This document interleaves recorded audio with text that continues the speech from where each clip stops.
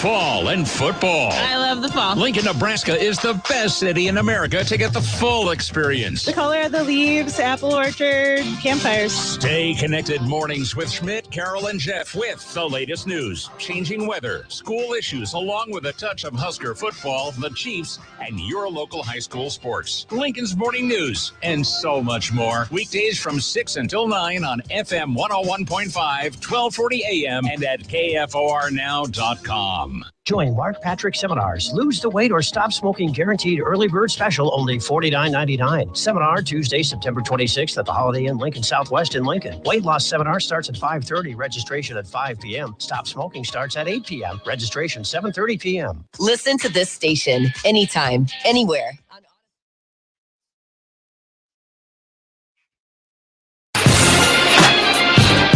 Hail Varsity Radio Saturday morning show. Strap yourselves in. Here are your hosts, Chris Schmidt. Y'all don't even know he was a virgin until he's 28, and now, roll tide. And Mark Cranack. Time has come for someone to put his foot down. And that foot is me. Welcome to it. Weekend editions here at Hail Varsity Radio. We're on the road here at the Single Barrel, powered by your friends at Sauterham, and our friend Chuck from the Graduate in Minneapolis is in town for Nebraska and Louisiana Tech. So a familiar face. Good to see him. Mark Cranack at his football abode. To my right, Bill Dolman, Elijah Herbal, Connor Clark back in studio. We're here for pregame at the Single Barrel inside the Graduate, 9th and P. Here till 2 ahead of Nebraska, Louisiana Tech. Cranack, what's the good word? Good to see you again. How's the week? Are you ready to don a black shirt today? Well, I think they're going to have to come in huge today, as they have last few days. By the way, look, I'm not one to fish for this stuff. I'm really not. But it was my birthday yesterday, and you guys didn't get me anything. Didn't even acknowledge it. Didn't call me. Didn't send me a present. Didn't send me a gift card. Didn't any of that. And it's just, I think you should be disappointed in yourselves. I know you're not on social media. A lot of my friends, I remember their birthdays. I know you're September. I've always known you're September. There's still some September left. So forgive me on being Elijah and Bill seemed fine with it. They're just like, whatever, dude. Like you didn't do anything for our birthday. I just think we should change that. As a group, we're here every Saturday, guys, watching each other grow up, and I just think it's important that we acknowledge it. Again. Well, what did the kids get you? Well, I'm wearing one of them. Got some gift card action. Not spending it on you all. That's code for regifted. Did you get a world's best dad coffee mug? Because if not, that says a lot. You better have gotten about 7 coffee mugs for taking the little tyke to a suite last Saturday. I got that a couple years ago, Elijah, and it said "Rad Dad." All right, so I think that's close enough. That works. Short and sweet. That's peak. At that point, where do you go from there, right? Like you have achieved Rad Dad status. But anyhow, that's such with where we are these days right now with this. Everybody's chalking this up to a win today, right? Is anybody here concerned? Does anybody think? Are we all there already of just saying okay, today's a win? How terrible are they going to look against Michigan? How's that going to be? Is that Michigan's kind of where we're all at? Michigan's clearly looking ahead to Nebraska as they're in a bar fight with Rutgers right now, 7-7. They have been for a couple years now. Rutgers plays them tough. Yeah. Well, there's some familiarity there. Come find us here at the Single Barrel. Home football Saturdays. We flex schedule the morning weekend edition till 2 afternoons with the home road game Saturdays. Again, we're powered by our friends at Sauterham. Big thanks to Rick and company for having that. Andy asks if we've had any bang bang shrimp or corn nuggets leftovers for breakfast. We were at the Hurrdat Sports Bar and Grill. No is the answer. We cleaned those things up, Andy, last night. We'll be back there next Friday for Michigan at the Hurrdat Sports Bar and Grill. So we love it. Guys, it's really about ramping up for Nebraska. Cranack, you made a good point about You know, you forgetting his birthday? Well, no. Oh. Chalking. Right. Thank you, Bill. Chalking this thing up to a win for Nebraska. Vegas seems to think it's going to be convenient and easy for Nebraska. 21-20 point number is where we're at. Elijah was doing the Lord's work a little bit ago, explaining betting and how you can bet to another gentleman who's here enjoying a wonderful brunch, and how you got to lay quite a bit of wood here to make money off Nebraska. The number right now is Nebraska minus 1,400 on the money line. And if you're not familiar with betting, that means you have to lay down $1,400 in order to win 100. So you put down $1,400 in the event Nebraska wins, they give you back $1,500. So the $1,400 you put down, and then that $100 win. So Elijah Herbal's gambling advice today: don't lay down $1,400 on Nebraska. Stay away from this one. If you would have listened to it, how high do those get? Good. It gets up to what, 4,000? I think is as high as it goes. So I think you put $100 down on La Tech, you could win 800, Yes, right? Is you that can. money line? Yes, that is the money line. So 800 plus 800 is the money line for Louisiana Tech. I also don't think there's much value there. I think Nebraska is rightfully the favored team. I think 3 touchdowns is a little high. I think that 1,400 on the money line is a little bit rough. So if you would have listened to me yesterday and put down your money on Clemson, as I said during the Friday forecast, you'd be feeling pretty good right now. A lot of football left. 10-0 Clemson leading, 7-7 Rutgers. Florida State just scored. Thank you. Florida State's without their top safety or left tackle. They will abide and figure it out in the second half. There's a little bit of Florida State love. Vic from Denver chimes in. Vic, the tequila is marvelous. Daddy had some last night, but he chimes in on Cranack. You've got a head injury and forgotten the recent history. There's no such thing as a chalk-up victory, just saying. Yeah, Vic, there's not. There's not. We have learned that. But I'm just saying the defense is playing so well, right? They're playing so well, and the offense we just jinx them for today. Probably, yeah, that's what we're doing. And the offense was so ridiculous with turnovers those first two games, and then you saw what they did last week against Northern Illinois is not a total pushover defensively. Offensively, they're garbage, obviously. But the way Nebraska, that was the game. The game that was called in that stadium was one of the more comforting, play calling games offensively that I've felt in there in a long time. Right? It was just finally don't overthink this stuff. Right? Of course, you got to throw it some, but if you're going to do it off play action. I bet you 75% of those throws were right. Not they just straight dropbacks. Yeah, they just kept it simple. They kept it simple. They allowed Heinrich Harburg to be who he is. They kept it on the ground for the most part, ran him a lot more times. I don't know. Everybody gets all worried about running the quarterbacks too much, but come on, these are the 6'4", 220+ pound dudes here. So I don't know. It was, didn't you come away from that game just a little bit more okay, if we can do that with regularity, games get shortened, not turning it over as much, right? Defense isn't on the field as much. You give yourself a puncher's chance when you decide to play like that. I just don't know if that's portable against better teams, and that's my concern. Well, what's the alternative though, right? The alternative is chucking it into NFL secondaries. Right. The game plan was good. I didn't dislike it. I didn't like the reverse. I didn't like the pass protection. I liked the response after the turnover. Bill, bring you in. And no, I think it can work. I just think it's still going to be pretty lean for points in Big Ten play for Nebraska. Well, I think last week's game plan was certainly tailored around what Heinrich Harburg can do, what he's comfortable with, call within that structure. And, of course, go to the head-scratcher chapter of the playbook where you've got the reverse at the 5-yard line or whatever it is that they were trying to do. There's always that 1 or 2 play sequence where you think, what are they doing there? But for the most part, I'm sure that they had significant meetings saying, what are you comfortable with? Mm-hmm. What do you think you could maybe do if we want to stretch the field or something?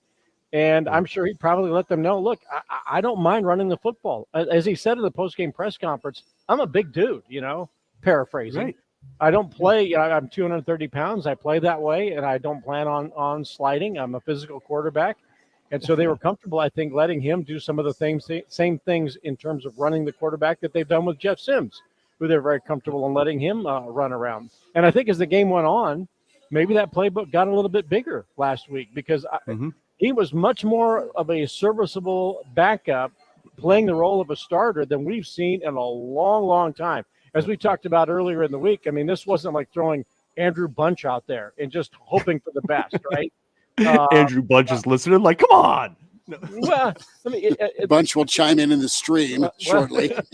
Okay, let's go back in time. Screw you guys. The Matt Turman game, I don't think Nebraska was looking back in 1995 that Matt Turman is going to be a long-term guy. I think they can look at Heinrich Harburg and say, if this is our guy going forward and he plays well this weekend, I think he'll be the guy against Michigan. And I think they feel confident in his ability, and Nebraska should. And a quick aside here before we get too deep into the football here. Clay, we have the comment up Shout on out screen. Clay.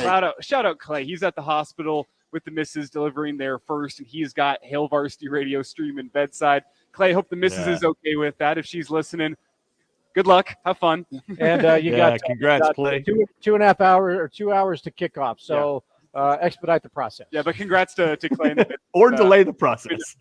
Welcome in a new life to this world.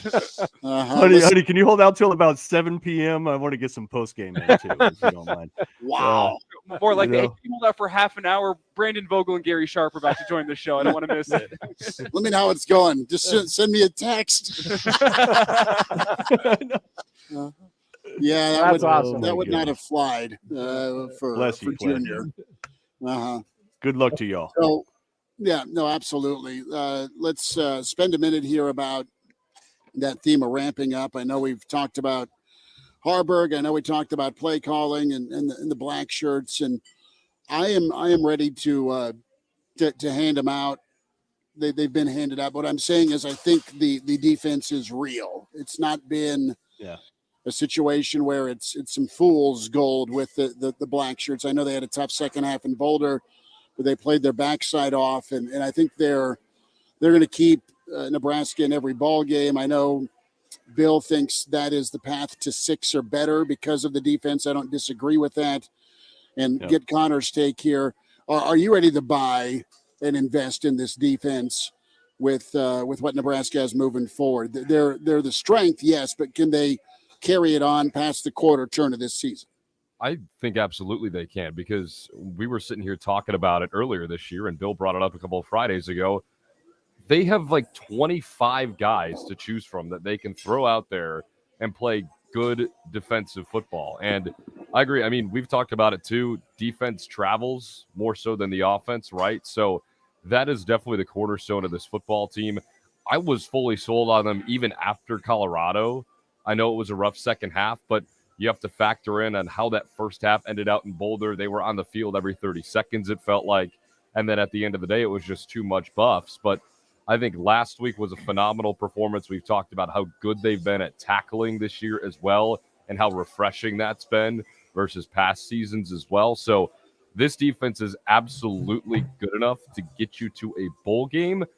I just don't know if the other phases of the football team are good enough to get you to a bowl game. And I don't know if I'm ready to say that yet, if they're going to make it to that benchmark. I mean, again, you got to factor in the opponent last week. You got to factor in the opponent this week. You got Michigan coming to the house in next week. So we got to see how this plays out. I think the defense can absolutely be consistent throughout the season. You got so many guys and so much rich depth on that side of the ball.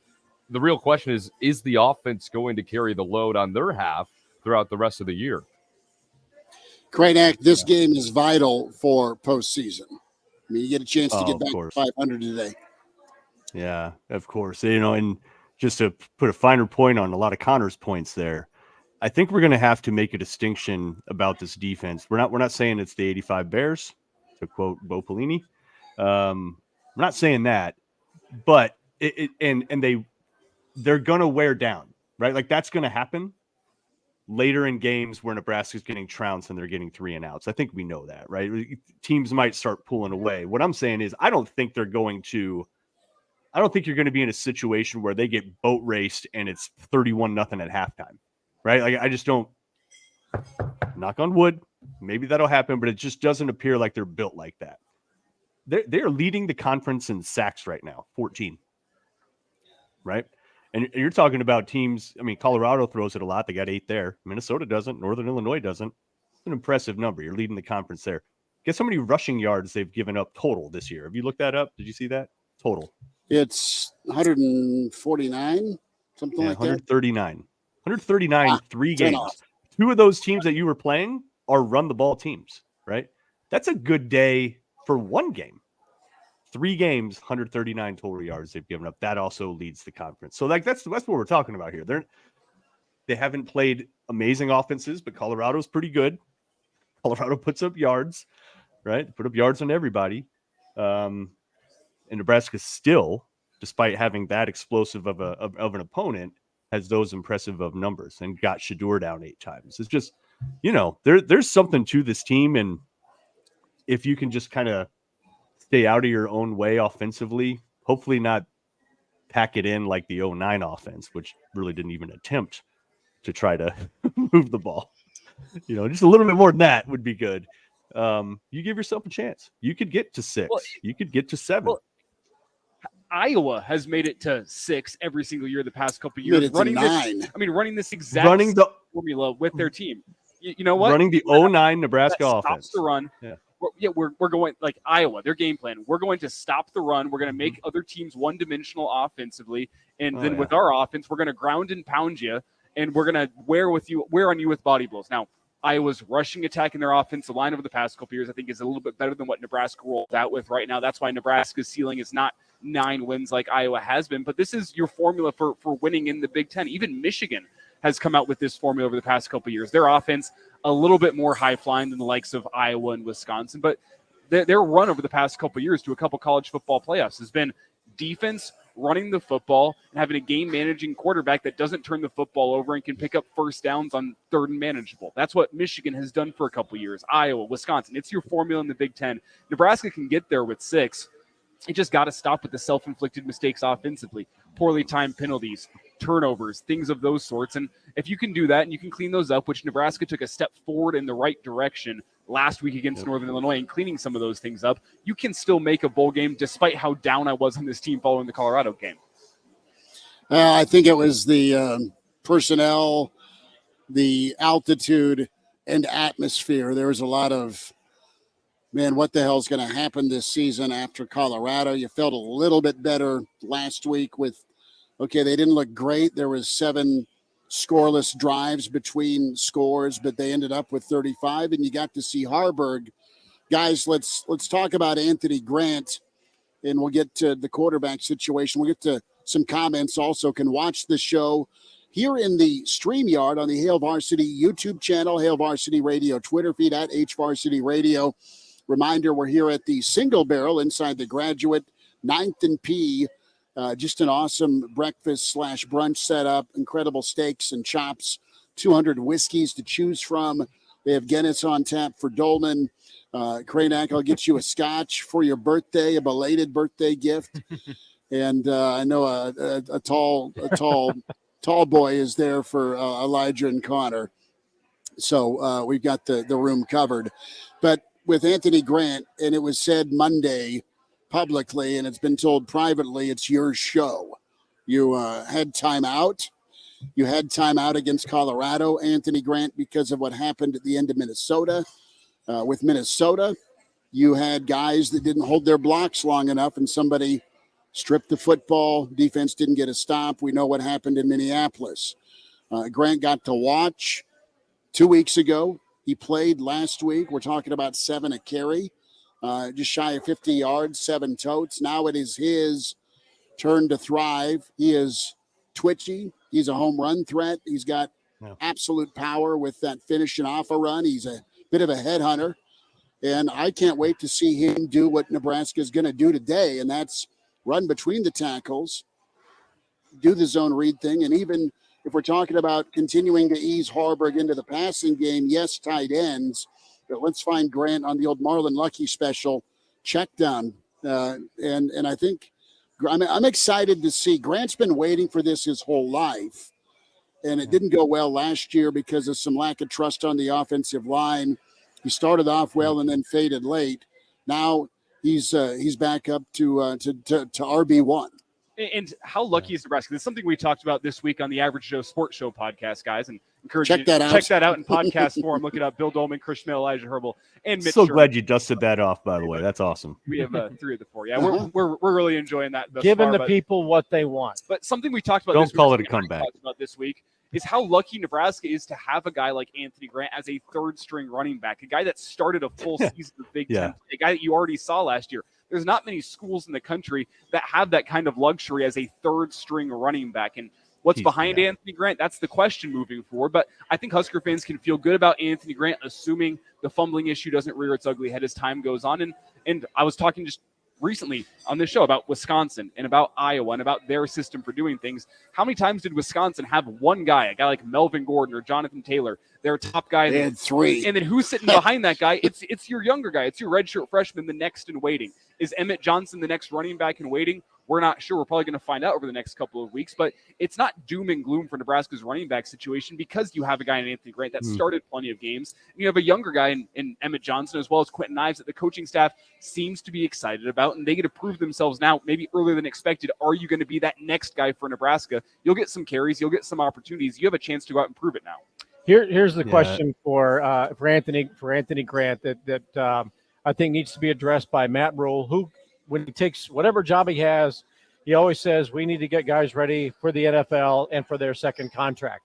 So the conversation with Anthony Grant on Monday when the news broke to all of us that Ramir Johnson and Gabe Ervin are out for the season is, okay, Anthony, we need you and you need this. How much money would you like to make when your days at Nebraska are done? Because the opportunity for you to get to the NFL, where Jonathan Taylor is fighting for you right now to get bigger contracts for NFL running backs, and you don't have that featured back in the NFL anymore like you used to, where it was Barry Sanders or Barry Sanders, Walter Payton, Emmett Smith, whatever. Yeah. Now you typically have 2 or 3 backs on an NFL roster who are getting 7 to 14 carries. So Anthony, this is your opportunity to do something that we really need you to do here at dear old Nebraska U. But once your days are done, if you want to make a lot of money at the next level, the next 7 to 10 games are vitally important for you to hold on to the football. We know that when you do so, you can run for a lot of yards, and you are a very good college running back. But if you want to make money, Anthony, I'm going to reiterate this again. How much money would you like to make when your days at Nebraska are done? And if he starts thinking that way, I'm auditioning for a job next year. I've got to hold on to the rock. Well, and he's the perfect niche for an NFL running back, too. Exactly. Because what are NFL running backs now? They're 4th and 5th round guys that you can come in and you ride the hell out of them for 5 or 6 seasons. You maybe get him a second contract for cheap somewhere else, but it's not longevity in the NFL with running backs. You're looking for 5th and 6th round guys that can come in and take the lion's share of your carries for a couple seasons. Then you let him go off to greener pastures. You draft another 5th or 6th round running back. That's what Anthony Grant can be. He's got the athleticism, he's got the explosiveness, and he's got the mentality. He's a violent runner that can find success in the NFL. But it's just to your point, Bill, can you hold on to the football? And you mentioned the name a moment ago, Elijah, Melvin Gordon. Why can't Melvin Gordon keep a job in the NFL? He couldn't hold on to the ball. He can't hold on to the football. Yeah. Exactly. Yeah. Listen, Grant's chance. He's the most talented back since Abdullah. Starting running back. Even though he started the year. Right? Even though he started the year as 3rd string, I think we all know, at least I felt like it was more of a motivational ploy than it was he's legitimately not as good as Irvin and not as good as Johnson. It wasn't that. It was the one thing he doesn't do as well as them is hold on to the football. That's it. Right. Well, but by the way, that was just like a new thing, right? That just happened late in fall camp. It wasn't a problem with him last year. 3 fumbles last year, I believe. Yeah. Yeah, total. Like, not bad. Like, that's an understandable, acceptable number, right? Amir Abdullah had 21 in his Husker career. Do not speak ill of Abdullah. So late in the fall is when the fumbles started to pick up, and when Rule was like, whoa, and backed him down, and then Irvin started, and then he had that big fumble against Minnesota. So you're like, wow, this is an issue. But but it wasn't before. It's a newfound thing. Hopefully he can correct that. But in terms of like, if he looks like a pro style back, right? He's got all the things that you want. He delivers the contact. He's got the quickness. Seems to have a pretty good feel. He's motivated. He's sudden. He has all those things that you want in a running back. I am, though, more than you, Elijah, concerned about the overall picture. All right. If he takes it, if Grant's out with a shoulder, you're dealing with two true freshmen or a redshirt freshman and a true freshman who have a combined negative 1,000 carry. Like, they have not carried the ball at all. That's concerning, especially when you have like a Michigan coming up next week. It's dicey at that running back spot right now, really dicey. And you got to hope that one of those two freshmen, has that same kind of mentality that you just hope they do when they walk in the door. But there wasn't plans to play those guys a lot. And now you're going to pretty much have to. You have an opportunity with being two young backs. It's not uncommon to see redshirt freshmen thrive in the right system. The difference is you have an experienced offensive line. You have other weapons on the outside. Your quarterback's a difference maker that you got to respect. So that's the ideal situation to play young running backs. It's just, it's all kind of a storm right now for Nebraska with an iffy offensive line until Teddy gets back. You've got a second start for Harburg. We'll get there to Harburg in a little bit. But I'll say this about Anthony Grant before we hit break, as we're here at the Single Barrel inside the Graduate 9th and P. Think of the backs that have come out of Florida State here the last 7 to 10 years. You got Dalvin Cook, you got Cam Akers.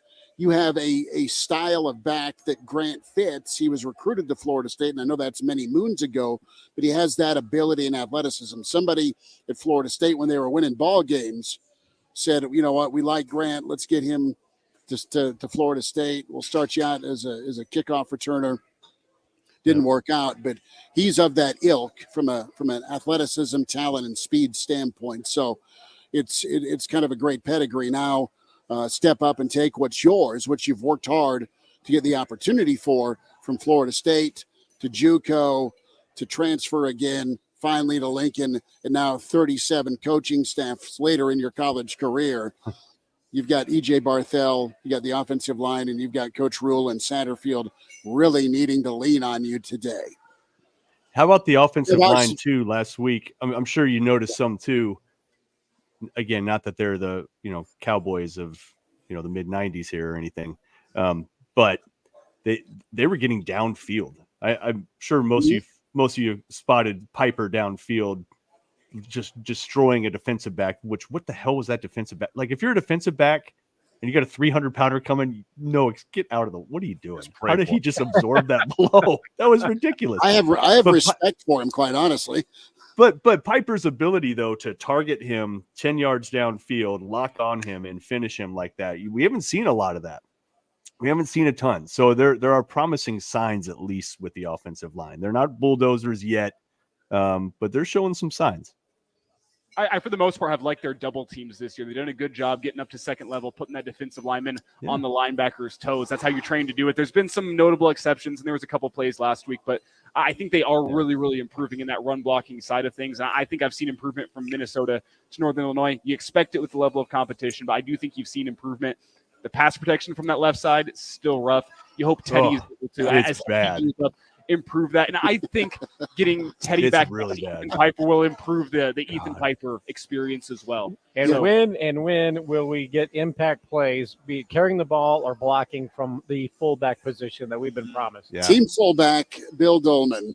We're here at the Single Barrel Roadshow Saturday weekend edition of Hail Varsity. Chris Schmidt, Mark Kranak, Elijah Herbal, Bill Dolman, Connor Clark. A quick timeout. We'll continue on with hour one. Come see us here at the Single Barrel and our friends at Sauter Heyman powering this roadshow. A quick timeout, back with more after this.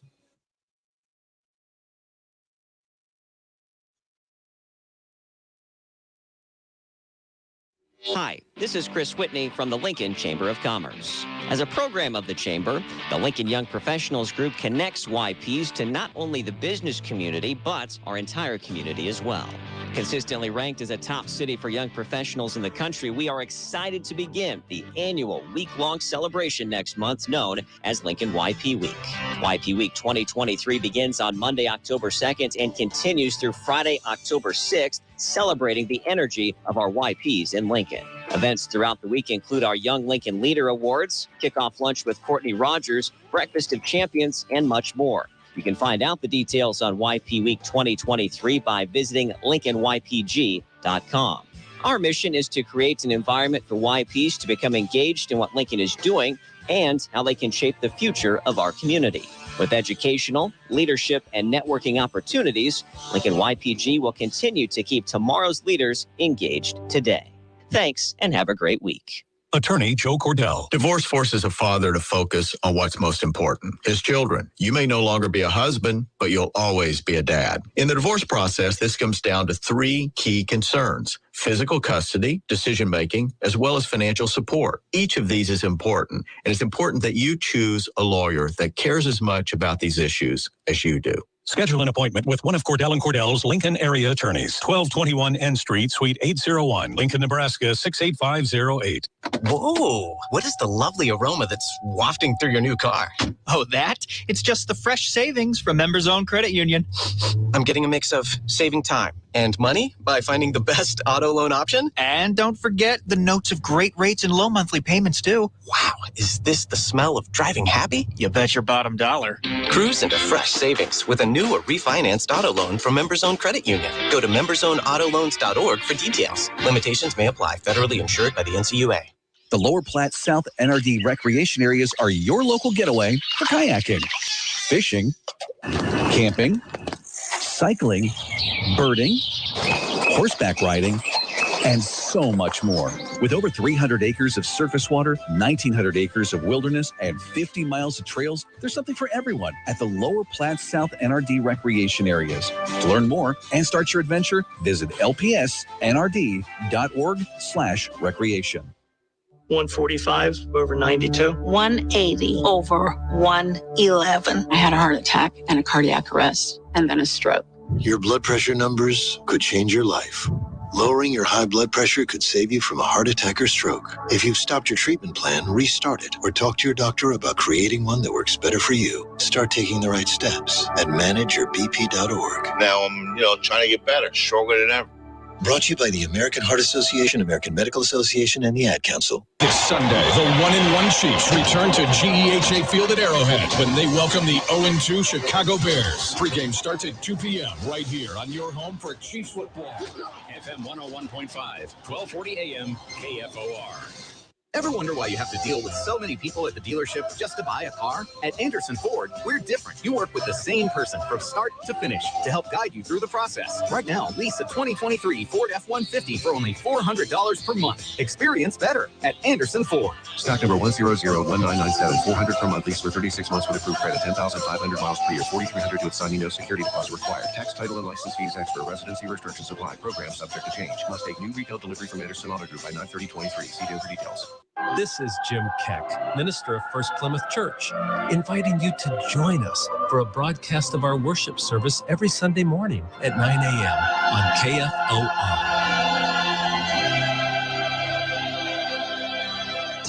Super Saver has everything you need for tailgate season.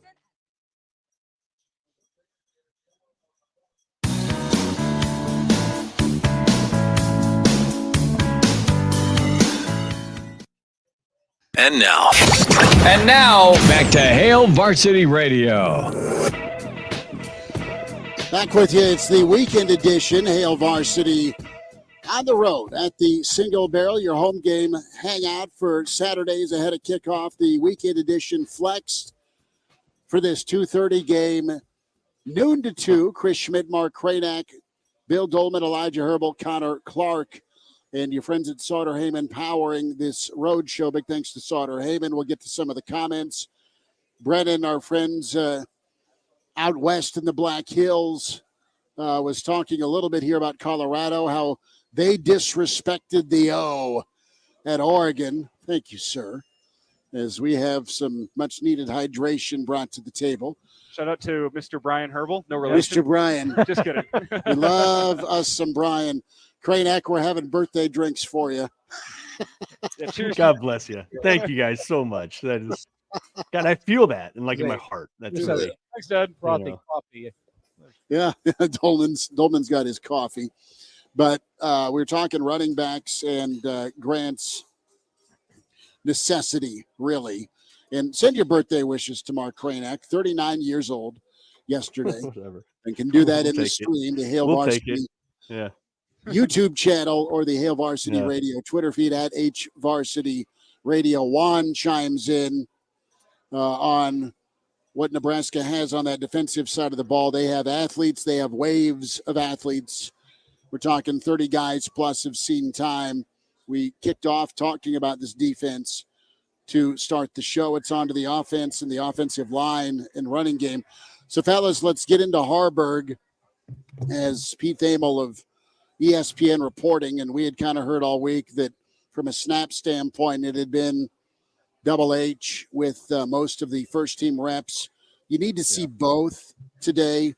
You'll see Harburg because he's had better health, and probably, that confidence can grow if you're Nebraska's offense. And for the most part, he took care of the football. But I'm really curious to see, Cranek, what this passing game can be under Harburg. No, I have no interest in finding out what the hell that thing looks like. No, it's going to need to be competent, is what I'm saying. Okay. Okay. And we're watching Michigan here in front. We're watching Michigan, and what do they ask McCarthy to do? They have guys running wide open because of play action, because of their running game, and they're not difficult 17 read play action sessions. There's a couple of guys open, and it's a quick release, and it's a shorter pass, relying more on yards after catch. I think Nebraska, to knock on wood with you, can become that, and I think Harburg's competent. As Dolman's looking for a beer to crush on his forehead. I love it. My question with that, though, is does Nebraska have the athletes, as you get back into that comment from Juan, does Nebraska have the athletes at the wideout position to be guys that can go make something after the catch? I think you do, but are they ready? Well, I just don't think you've seen guys that from the wide receiver position, I think you can even throw the tight ends in there as well, that with the ball in their hands have been able to have that make you miss and turn a 5-yard catch into a 15-yard gain. I haven't quite seen that just yet from the Husker wide receiver. No. Can they become that? Maybe. Can guys like Malachi Coleman and guys like Jalen Lloyd that give you a little bit more from the athleticism point of view, can they get themselves geared up this season and become that by the end of the year?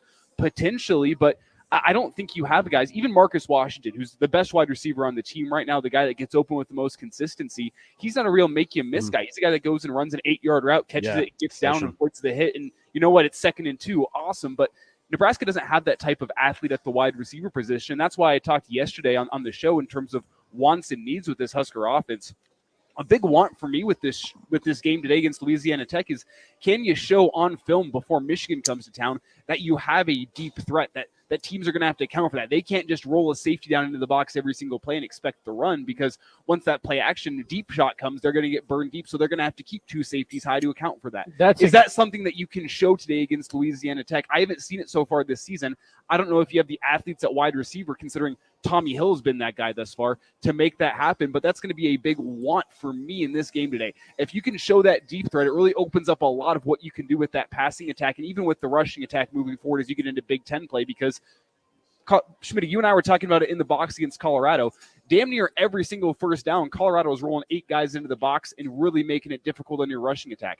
If you can show, you know what, we do have the threat of a play-action deep shot, it's going to open up stuff for that rushing attack. It's going to lighten the box, and it's also going to open up some underneath passing concepts as well for you, just knowing that the safeties can't be playing downhill all game. Nebraska did do well with 10 yards and under completions. Again, that was Sims. But Sims was 3 for 3 to start the game, throwing the football, and they were not complicated. They were more between the hashes or kind of the button hook variety type routes. So that part of the passing tree was working early before the turnover bug hit Kranak, and that's going to be a staple of the offense. I mean, guys were able to get open. Kemp was able to get open, 5 for 57. Fedoni's a guy that can get open. You can keep growing with him. Borkacher's a guy that you can also find up the seam. And again, I do like the running back check down part of this. Yeah, I think you have to have that. Go ahead, Mark.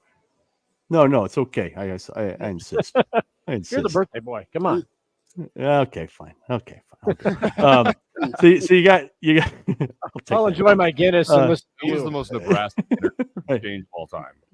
No, I know. You're the birthday boy. Very polite. Nebraska nice here. I wanted to drink my beer anyway, so go ahead. Yeah, it makes sense. Yeah, Washington's your possession guy, right? Reliable, big arms, physical, right? Billy Kemp's the guy. He can shake a guy or two, but he doesn't have the breakaway speed. Isaiah Garcia Castaneda, I thought, provided potential, but he's out, so you're down him now. You can't protect on the left side of the line, right? So to get those deep balls, you need protection. Nebraska can't provide that to their quarterback right now.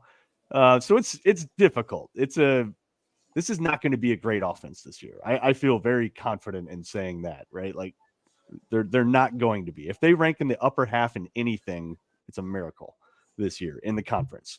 Yards, anything, any statistic, just pick it. If they rank in the upper half, it'll be a miracle. So they're going to be playing in the bottom halves.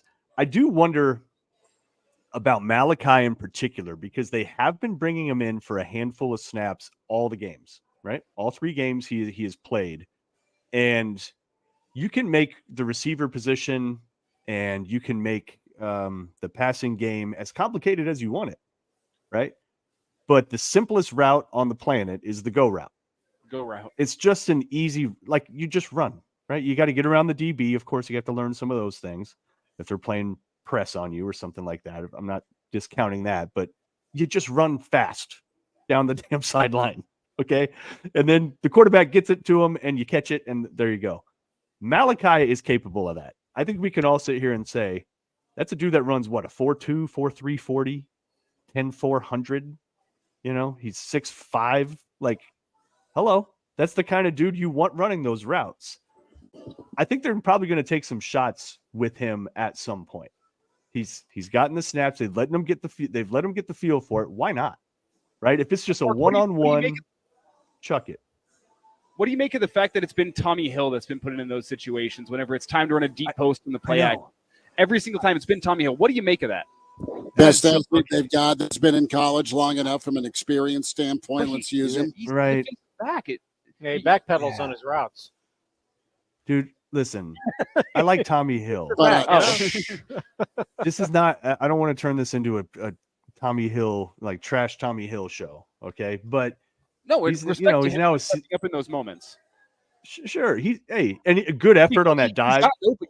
Yeah. To be fair, he's gotten open on the routes. The pass hasn't always been there, but I think in the 3 that stand out in my memory, he's gotten open on those 3. So you can take your cap off to him, but I don't think if you're the Husker coaching staff that Tommy Hill is the guy you want running those routes. I think you do that based on necessity more than based on what you're trying to do. If it was an ideal world, I think you'd have a guy like Jalen Lloyd or Malachi Coleman running those routes. So my question right now is what is holding those guys back? Because Mark, as he said, go routes and post routes aren't difficult routes to run for a wide receiver. Yeah. Maybe there's the element of being able to get off the line of the scrimmage and beat press coverage, but I haven't seen much press coverage this year against Nebraska either. So that's why my question becomes, why is it Tommy Hill, that guy, aside from the athleticism? Because Matt Rule's standard and his way of doing things in college is usually in those moments, you give a chance to the young guy, the freshman, the red shirt freshman, whatever guy you think is the future of your program, that's the guy who gets in those moments. So I am wondering why it's the elder statesman Tommy Hill. I know the athleticism's there, but that hasn't been Matt Rule's game plan at Temple or at Baylor. It might also be the plays that are being called for Heinrich Harburg. I'm going to go way back to what I said earlier about the quarterback spot. What are you comfortable with? What plays against what defensive sets? Where can we go with you right now? And again, we'd not seen much of Heinrich Harburg outside of the spring game 2 years ago on the field. And the most extensive action that they got was last weekend. So maybe that playbook is a little more wide open. maybe they are going to bring in some of those young receivers who are so athletic. And that's what I was going to say. People are talking about yards after the catch, but, Nebraska is playing, trying to find the tight end. Well, no tight end is going to go on a fly pattern, right? Nebraska's offense has been from the secondary level of the defense, the linebackers. Everything is within about 15 yards for Nebraska's offense. So if you're throwing to the tight end, you're not going to get a lot of yards after the catch. If you're throwing to a back, which I think has been fairly rare, but nobody's been that deep threat that, let's go back a year, Casey Thompson. People are so enamored with Casey, fine quarterback. But he had Trey Palmer to go, you go, I'll throw it as far as I can in a punt, pass, and kick contest, and you go run underneath it, and you get yourself into the NFL. Yeah. Nebraska does not have that threat, at least not right now, that expands that defense, as you're saying, to the secondary, the defensive backs. Everybody is just playing up because they're not going to complete a lot of passes that are going to get a lot of yards after the catch. It's a phone booth. We're up against it a couple of minutes before hour one is done. Come see us here at the Single Barrel, 9th and P, inside the Graduate. Home football Saturdays, the weekend edition, flex noon to 2 today. Mark Cranack, Bill Dolman, Elijah Herbal, Connor Clark, Chris Schmidt will check in with Brandon Vogel from Counter Read to kick off hour 2. Don't forget Real Red Reaction follows Nebraska-Louisiana Tech tonight on KFOR, so be sure to lock that in, stream, Twitter or Facebook. And, of course, over the air, always find us on the YouTube channel with Hail Varsity's channel. Subscribe to that. And the Hail Varsity Radio Twitter feed at HVarsity Radio. We've hit defense. We've hit quarterback. We've hit Mr. Grant. The thing that is out, Mitch Sherman tweeting this out, our friend from The Athletic and friend of the Average Joe Sports Show podcast, no Cam Lenhart today. As Lenhart out, I know he had that ankle issue. Just about 6 snaps last week. Get him healthy for Michigan. Michigan's knocking on the door in the red zone, up 14-7. And here's a sack by your friends from Jersey. Little Tony Soprano salute right there is field goal time again for Michigan. So Michigan not looking awesome. We'll see if Nebraska woos you a little bit closer to confidence on the offensive side. More thoughts as we get closer to Nebraska-Louisiana Tech. You can find us in the stream and also dial up 489-1240. Road show today powered by your friends at Sauter Heyman. Rick and the gang been doing it for over a century with incredible selection of jewelry and gifts. More to come, hour 2 here from the Single Barrel as the weekend edition of Hail Varsity continues.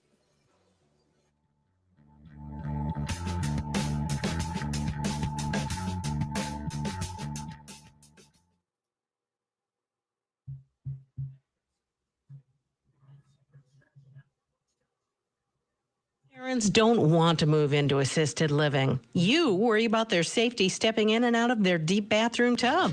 Now what? You've got your very own handyman to help remodel your home. You know, remodeling an existing bathroom for your loved ones can allow them to live in their own home longer. At Handyman, we provide families functional, safe, and convenient bathroom solutions with quality products that will last. You don't have to break the bank or worry about a loved one breaking a hip. Rip out the old tub and replace it with a custom walk-in shower. Choose from over 60 wall colors, multiple shower base heights and accessories. Adjustable shower heads, grab bars, bench seats, and easy-to-reach shelves can create a safe environment in your loved one's bathroom. All through September, custom showers are on sale at Handyman. Construct a bathroom that gives you peace of mind and is easier for your loved ones to use safely. Your family will thank you. For the very best in bathrooms, come to Handyman under the arch on Sun Valley Boulevard, Lincoln. At Roper & Sons, we help families remember the unique qualities of their loved one. When sitting down with families, we try to learn as much about their loved ones as we can. What fun things they like to do, jokes they told, favorite music they listen to. Seeing their loved one through the family's eyes helps them feel comfortable with planning the funeral and eases the emotional burden they may be experiencing. Creating a beautiful, loving service for them is what matters. It's the Roper touch. Roper & Sons, proudly serving families for 120 years. Total comfort now with Carrier Cool Cash rebates. Call Wellman Heating and Air Conditioning to learn how an efficient home comfort system by Carrier can let you create a healthy, more comfortable indoor environment for your home and lifestyle. with up to $1,575 in Carrier Cool Cash rebates or special financing. Explore what's possible with Carrier. Incentives will vary. Ask Wellman for details. Turn to the experts. Wellman Heating and Air Conditioning, your factory authorized dealer for Carrier products. WellmanHeating.com. Listen to this station anytime, anywhere on Odyssey. Odyssey is your new audio home for all the music, news, sports, and podcasts that matter to you. Odyssey. That's AUDACY. Join Mark Patrick Seminars and lose the weight or stop smoking. Guaranteed early bird special, only $49.99. That's right. Weight loss seminar Tuesday, September 26th at the Holiday Inn Lincoln Southwest in Lincoln. Weight loss seminar 5:30. Stop smoking seminar 8 p.m. Sign up at markpatrickseminars.com. Having a pet is a big responsibility. They need food and water, training, and lots of love and attention. They'll also need shots to help them stay healthy and a license tag from Animal Control. The tag is a ticket home if your pet gets lost. The tag number tells animal control officers where your pet lives, and they can bring it back to you safely. License your pet online at lincoln.ne.gov/animal control or call 2-441-7900.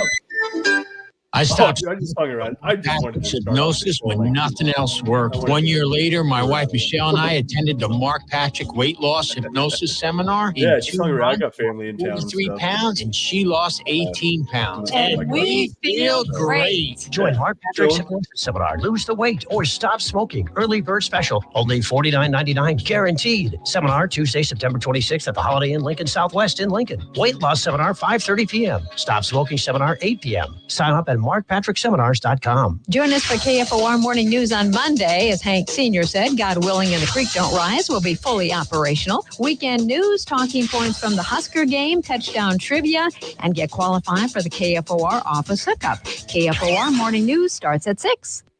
Help Lincoln's homeless. Join the 11th annual Project Connect Lincoln Tuesday, September 26th at Pinnacle Bank Arena. Presented by the Lincoln Homeless Coalition in collaboration with the Department of Veterans Affairs. Project Connect Lincoln provides a one-day, one-stop shop for the many who experience homelessness in Lincoln on any given day.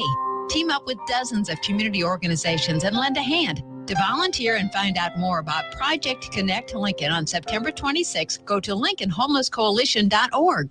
Military veterans and active duty service members, you could become a certified cyber warrior with just 12 weeks of training at My Computer Career. Cybersecurity specialists are in high demand, and IT pros with these skills often enjoy abundant opportunity and a great lifestyle. Protect our people, liberty, and treasured institutions from cyber threats. GI Bill, SkillBridge, and other VA benefits are available to those who qualify. Learn more at mycomputercareer.edu/CWP. That's mycomputercareer.edu/CWP. Some days I cover up because of my moderate to severe plaque psoriasis. Now I'm hitting the road with clearer skin thanks to Skyrizi, Risankizumab Riza, a prescription-only 150 milligram injection for adults who are candidates for systemic or phototherapy.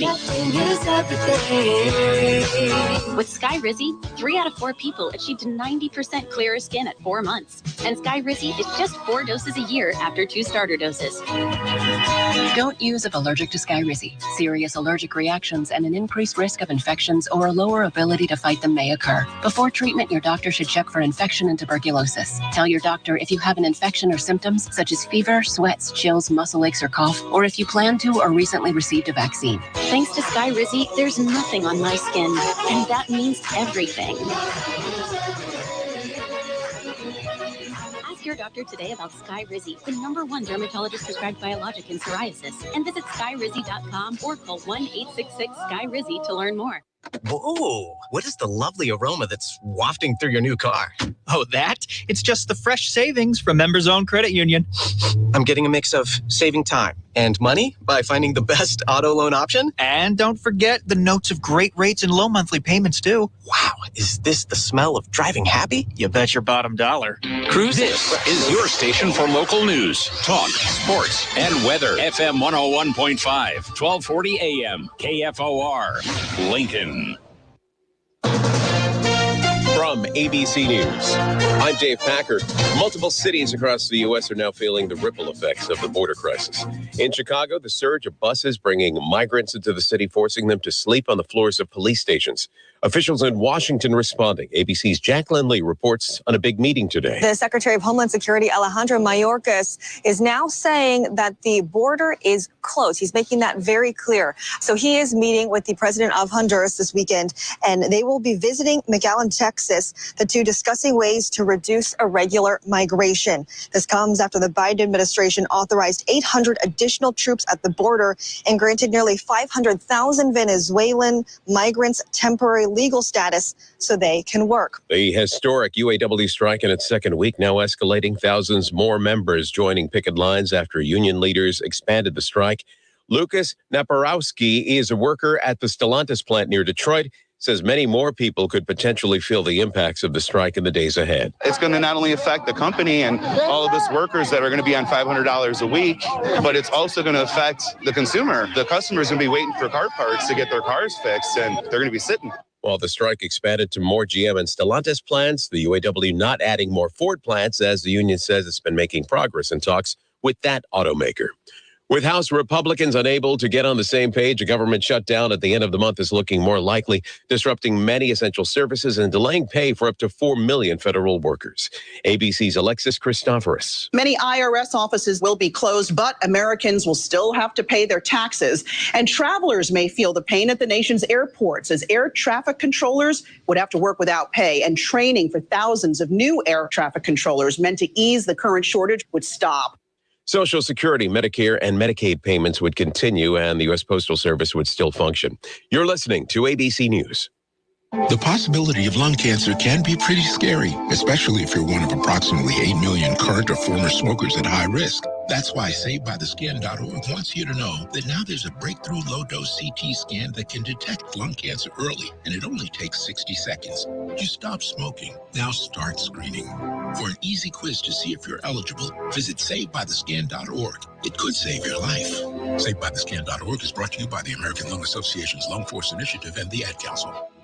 Military veterans and active duty service members, you could become a certified cyber warrior with just 12 weeks of training at My Computer Career. Cybersecurity specialists are in high demand, and IT pros with these skills often enjoy abundant opportunity and a great lifestyle. Protect our people, liberty, and treasured institutions from cyber threats. GI Bill, SkillBridge, and other VA benefits are available to those who qualify. Learn more at mycomputercareer.edu/CWP. That's mycomputercareer.edu/CWP. Trump. I'm Jeff Bryden. A 28-year-old Lincoln man is in jail and has been charged with first-degree sexual assault of a child. The Lincoln Journal-Star reports prosecutors in court filings Friday charged Daniel Ostaguin after a middle school-age girl told police he had repeatedly groped her as she slept in a series of alleged assaults that happened over the course of 2 years. The girl disclosed the alleged assaults to a school counselor and later to police investigators this week. The mother of a teen at the center of an illegal abortion case in northeast Nebraska has been sentenced to prison. Our media partner in Omaha, WOWT, reports Jessica Burgess was sentenced Friday to 2 years in prison in Madison County District Court for removing, concealing a dead human body, false reporting, and performing an abortion past 20 weeks gestation. And Lincoln High adds Lincoln Northeast 22-21 Friday night in a high school football game heard on KFOR. Lincoln's first forecast, 40% chance of showers and thunderstorms, high 80. I'm Jeff Bryden. Here's the news you need to know. Senator Bob Menendez has been indicted on charges of taking hundreds of thousands of dollars in bribes. The auto workers' strike expands against GM and Stellantis, but progress is reported with Ford. The clock continues to tick as the U.S. goes into its final week without a spending bill and a possible shutdown. Stay connected and find out what's next. FM 101.5, 1240 AM, KFOR. Super Saver has everything you need for tailgate season at home or away. Grill out with your favorite selections and serve the best sides and drinks. Super Saver, we sell for less. Get the latest updates on local weather conditions, warnings, and watches. Text WARNING.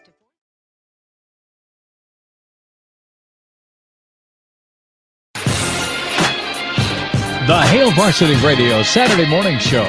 Strap yourselves in. Here are your hosts, Chris Schmidt. Y'all don't even know he was a virgin until he's 28, and now, roll tide. And Mark Cranack. time has come for someone to put his foot down. And that foot is me.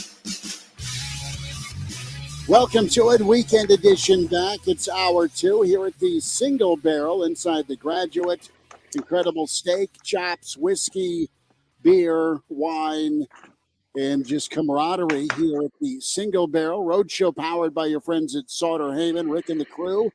Mark Cranack is back, a year older and a day wiser from a birthday celebration yesterday. Brandon Vogel from Counter Reed at his football office. CounterReed.com is where you can log on and find all the goodness from Mr. Vogel and Aaron Sorensen. CounterReed.com.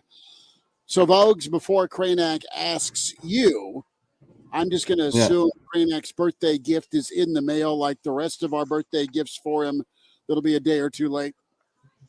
Yeah, just running a little bit behind. I knew when I saw the weather that was slated for Nebraska, I didn't want to run the risk of it getting lost and all that. So, middle next week, it'll be a nice post-birthday surprise. Maybe next supply chain, right? Supply chain's been an issue. I'm an understanding guy. It's fine. Accept the gifts all year, though. I'll accept more. Who's got the next birthday here? Who's got one coming up here? Let's see. I'm March. March isn't that close. So Connor's got me beat there. February for me. Dolman, January. Well, mine right around the corner in January. So you make plans now. Brandon? Brandon? July. So it's Bill. Mark, I'll give you credit. At least you don't have a fall Saturday birthday, because then, it's Fox was saying here, he's on his way to a wedding on a Saturday. I see weddings and birthdays about the same in the fall. If it's on a Saturday, I'm not going. It's as simple as that. Last game day wedding I attended was Nebraska-Louisiana Tech 25 years ago. There you go. And the only game day wedding I attended. Now, truth be told, Bill Burns still gets a holiday card from us because he punted San Jose State. It was supposed to be playing on our wedding, September 27th, 2003. So we went through with the wedding somehow, and we celebrated, and I almost missed my pictures because it was overtime between Cal, Marshawn Lynch, Aaron Rodgers versus and USC. That was USC's only loss that year. Was that the Marshawn Lynch driving around in the cart game? It might have been. So Chris, that was the year. Then Nebraska added Southern Miss at Southern Miss on a Thursday, right? Right, because the bachelor party was Thursday night, and we watched Southern Miss. Right. And the Jamal Lord chucking it deep. What's up? Yes. That was good. And Vogues, I'm sure you're thrilled by this, but the wedding part, should they just kind of be state law in some football states where you don't allow them / have them? Probably. I got married on an October Saturday, though it was in Pennsylvania. So, and it was in Eastern Pennsylvania, so not even that close to Penn State. So I think we skated by on that. Nebraska played Iowa State that day. So, boy, how things have changed, because did do some schedule looking there. And, when you're getting married, you're dealing with limited options. And I was like, Iowa State game's probably fine. And it was. Nebraska won that game. It was fairly ho-hum. But imagine doing that now. Can we get Fox's PHOX comment up on the stream for those folks that are listening? We got called out by Mike, who said that we never pay attention to the chat. So so that's what he wrote, right? He wrote that, hey, can't give the answer. They don't pay attention to chat. Just to prove him wrong, we were clearly paying attention. No, it's the previous one where he asked, is Heinrich, and this is a great question for Brandon, is Heinrich the guy now? I'm not quite ready to go there. Let's see what happens today. It could change that a little bit, although this game sort of similar to, I felt like Northern Illinois was a game where, if Jeff Sims wasn't going to be able to go, Nebraska could still, its path forward offensively was still available to it with Heinrich Harburg, and he carried the ball 20 times and almost had 100 yards. This game is pretty similar from an offensive standpoint for Nebraska. I think Louisiana Tech gave up almost 6 yards a carry to FIU. It's given up over 200 yards to all of its opponents that are not FCS at this point. So I think Louisiana Tech's defense has been a little bit better than expected coming in. That was a real issue last year, and they're improved. They're still struggling to stop the run, and we know that that's Nebraska's best way forward, even without the quarterback and the top two running backs from the first two games available. And Sims might be available. I still think it's pretty cut and dried in terms of what Nebraska wants to do now. I think Satterfield said it. I wholeheartedly agree this week. Like, as they get into Big Ten play, they're going to need to be able to throw the football. And that still is a big question with me for either guy. It's Brandon Vogel with us here, a weekend edition of Hail Varsity Radio, getting you geared up for Nebraska-Louisiana Tech. And Brandon, whenever you talk about Jeff Sims and his status, it was reported by Pete Thamel, I should say, earlier, that Jeff Sims is going to be available for this game, but he's not at 100%. Is that the kind of thing you say whenever you're making a change at starting quarterback, but you don't want it to be because of injury? He's just still not 100%. That's why he's not getting the start. Are you reading in between the lines there, or do you think that's a legitimate, you know what? I just don't understand how a guy that is not 100% is available, if you get me. Why are you wasting the roster spot on a guy? If he's not 100%, if he's not going to play, wouldn't he technically then not be available? I'm trying to weigh those two things in my own mind of he's not 100%, but he's available. What does that mean? Yeah, I mean, you're at home, so it doesn't cost you anything to suit up anybody who could potentially play. My thought there is like, he's available. He was suited up. He was their third string emergency quarterback a week ago. Assuming this game goes the way, the point spread would tell you it should. If Nebraska's in relative control early on, if it's not facing, say, a 14-0 deficit going into the second quarter or something like that, I would be very surprised to see Jeff Sims see any action today. So I'm willing to take it at face value at this point that, he is maybe not quite 100%. And if they don't need to use him, might as well give him another week, because that all indicates to me that, regardless of what happens today, quarterback going forward probably still is very much up for grabs. Bogues, let's get your take on just what Nebraska will see offensively from Louisiana Tech. It sounds like their backup quarterback is going to get the nod because the starter that came in and won the job has got a jacked shoulder. So how dangerous are the Bulldogs? Dangerous offensively. So, Sonny Cumbie, a name Nebraska fans may recall from the early 2000s, Texas Tech quarterback, what kind of connotation that comes with from an offensive perspective. They're about 50-50 run pass split. I think I haven't seen an update yet, but their leading rusher, Willis, was also kind of questionable for this game coming in. But they've got a handful of backs that have shown the ability to be somewhat explosive. And then they really hit for big plays in the passing game. And I'm not just talking about like the threshold for big plays, whatever number you want to choose. I usually go with 15 yards. They're like have 50, 60-yard plays and rank near the top nationally in plays over 40 yards, 50, 60. So that's what you got to worry about. They're a little bit like a streaky three-point shooting team offensively. Like, they get hot and hit some, you can be in trouble. And that wasn't really a danger last week against Northern Illinois. So that said, Nebraska's done a really good job. Like, it hasn't been high takeaways. It's been high sack. So that's encouraging. But the biggest thing is it kept a lot of things in front of it. I heard a little bit of the show in the first hour and heard some comparisons to Iowa. It's what Iowa does. Like, it sets out to limit explosive plays. And Nebraska's done a pretty good job of that through its first 3 games.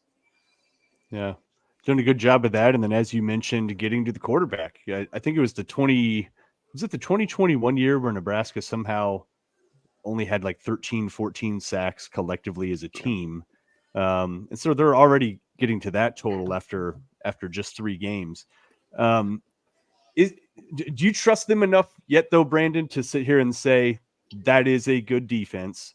The only concern being, if they get worn out, right? If they're just on the field too much, as any defense is is want to do. They wear.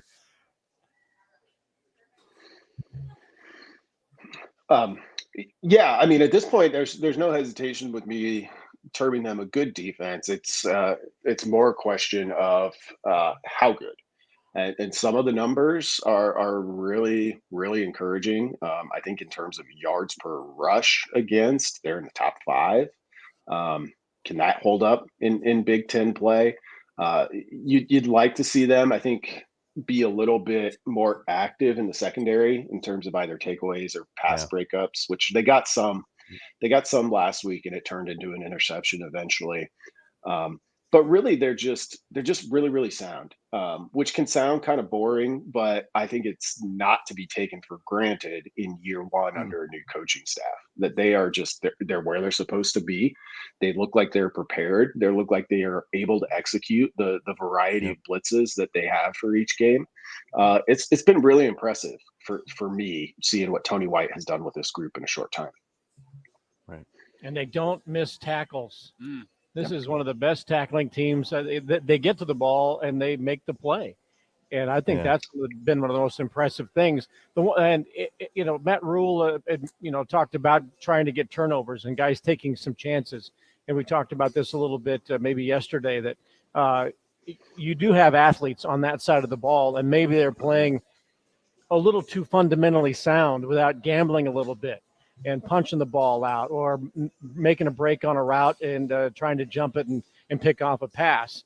And maybe we'll see a little bit more of that. I think that what Rule said maybe is challenging those secondary athletes a little bit more to rely on your athleticism and rely on your teammate to back you up if you get beat. We saw the bad play in Minnesota, got beat on that route that won the game for the Gophers. But I think for the most part, they're tackling well. Now they just need to take a few more chances to get those turnovers.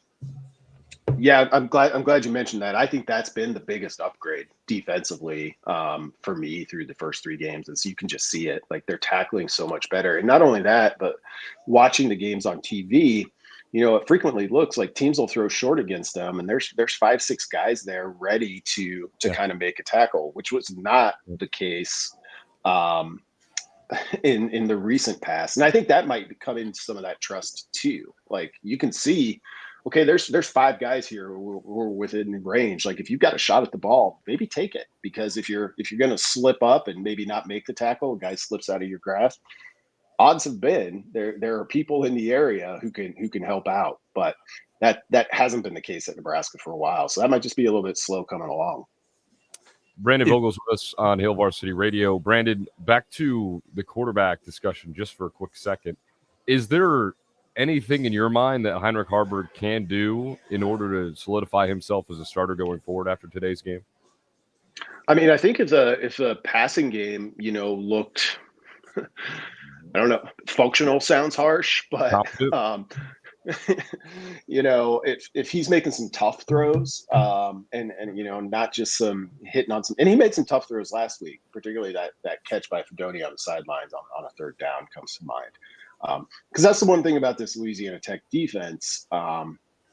They are active in the secondary, rank up in the top 20 in terms of passes defended. Like, they've gotten their hands on the football quite often back there.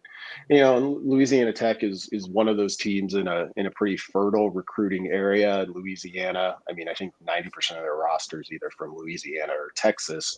Like, they're just going to have guys at skill positions. They have a wide receiver. They've got some guys at running back, and they've got some guys in the secondary. So teams like that are a little bit volatile. Good teams come out and figure out a way to kind of smooth the game out and take control. But you get a couple of big plays offensively against you early, or you get a turnover or two. I mean, we've seen what that does, not just this year, but over many years of watching Nebraska first and foremost. If you're Coach Satterfield and Coach Rule today, and Brandon Vogel is with us on the Hail Varsity Weekend Edition. Now, do you make it a point to get Ives and or Emmett Johnson, not just a couple carries, but try to get to the point in a game where you actually try to ride them, considering what's coming, entering the teeth of conference play starting next week. Yeah, I think you definitely do. I think you make a point, like if you can do it, to give at least each of them a series where they're the guy. And if, they break a long run and need to come out for a breather, great news. And I think, giving them a series is not just important in terms of, getting the carries. Like with young players, we see it all the time. Like so much of it is pass protection. I was rewatching the Nebraska-Colorado game this week, and their running back, for you. amazing athlete, very dangerous, but you could see him really struggling with kind of the pass pickups, and that's always going to be the thing for a young running back. So get those guys back there when you're planning to throw the ball too, is probably equally important, but you've got to get them ready for Big Ten play. And that probably means trying to get them, at least 6, 7, 8 carries. That may not sound like a lot, but Nebraska, if they're playing the way they want, isn't going to run a ton of plays anyway. Brandon, whenever you're looking at this game today, obviously I think the running back position is going to be important. Harburg is going to be important. Give me a guy on each side of the ball that you think needs to step up today for Nebraska to get the job done and get the job done in somewhat convincing fashion. I guess I'll just leave it open-ended to you, a guy on each side of the ball. Yeah. Defensively, I'm kind of encouraged and excited to see more with Jamari Butler. So I could easily make him the pick. I could also go with somebody like an MJ Sherman, with Linhart out. And if Louisiana Tech wants to and the weather cooperates, they're going to throw the ball plenty. Let's see what that kind of those pressure packages look like, and let's see if you've got a little bit of depth to get some pressure from some guys. I know MJ Sherman's been in the backfield. I think he has a half sack at this point. Maybe it's a full sack, but let's see something there. And I think that's a testament to kind of how guys like Nash Hutmacher's playing amazing right now. Ty Robinson, most of the secondary. Let's see something from somebody who maybe we haven't seen, flash for a full game yet, and see what you can do there.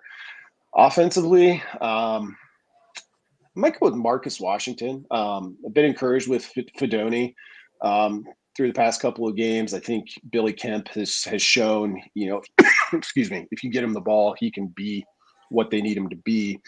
Washington's kind of your like security blanket guy a little bit in the receiving group. But if he were to have a big game, that probably indicates Nebraska's doing most of what it wants to do offensively. Vogues will wind down. I need to know what's on the game day menu for you if you've got your smoker going. And what's a good day for Nebraska's running backs when it comes to running the football behind the offensive line? We know the quarterbacks can and have carried 20 times. But can you get the I-back run game to be more of a reality today? Food and then football. Yeah, food. Nothing too elaborate. I pre-made a tray of mole chicken enchiladas, so those will be ready to just go in the oven during game day. That's the key there. Since this game will be going around dinner time for me, or should be finishing up about then. So that's what's on the menu. In terms of running backs, maybe the easiest way to measure it might be the QB carries. It'd be nice to see that under 15, maybe even 13 if you could get it. I think Nebraska rushing game overall, probably you want to be over 200 yards. Florida International did it while throwing for 4 yards. 4 yards. In that opener, which is hard to do on 5 completions. So I think Nebraska should have success running the ball. Let's chalk it up to say 165 from the running backs, and that leaves 45 plus for Harburg, Sims, etc. Anything more than that, and you're probably coasting to an even greater degree than I foresee at this moment. What's the key to your mole sauce? Because it's either I'll be the mole. My point though is smart ass is I love mole. You get it. I know you get at the restaurant and it's either you're wowed by it or there's just a little bit too much bitterness to it is the best way to put it. So sell me on yours and sell me on counterread.com because I want to subscribe. Well, the mole sauce, like it's a pain to make. It doesn't happen very often, but when you are going to make it, like you just gotta go in and be like, this is at a tech week. It's going to take 90 minutes. I would say my approach is get the good chocolate. It's obviously a key piece of this, and get good chilies. If you do those two things, you should be okay. As for Counter Read, as you mentioned, it is our new newsletter on Substack from myself and Aaron Sorensen. Sales proposition is pretty simple. 2 good things to read a week for paying subscribers, and then we do a couple of other things each week too that go out there for people to get a try of what we're doing there for free. So each week, big game preview, which I put a ton of time into. Those come out on Thursday, so you can check that out at counterread.com. Brandon, we need a score prediction before we get you out. 28-14, Nebraska. No cover, I don't think. No field goals. But yeah, no field goals, just touchdowns. I love that. I love that. No field goals, just touchdowns. That's the edict from Counter Read's Brandon Vogel. That was also the story of Scott Frost's tenure at Nebraska. No field goals, just touchdowns. Sure. As we remember what was said this week by Rule to his guys, remember how you practiced against Georgia Southern. By the way, as you look into, I think that was a strategic thing to his team because, look, this is somewhat of an under the radar Louisiana Tech. Michigan looming. You got Michigan looming, but this might be a game for revenge to take it out for what happened last year against Georgia Southern. 700 yards, 70 points, whatever they scored. That this is his way of focusing his team on a directional, non-traditional opponent. I think that was a strategic call. Not just, hey, remember how you feel? I think they went back and went, oh my God, look what happened. Right. No, it's important. Vogues, enjoy the mole enchiladas. Send us a picture. Yeah. Or send us some. Great. That's good. We'll do, guys. Send us some with the Crane X birthday gift. Yes. And yeah, I'll put the leftovers in there. We'll trade you some. We'll trade you some dry ice Runzas or Amigos or something. Okay. Yeah.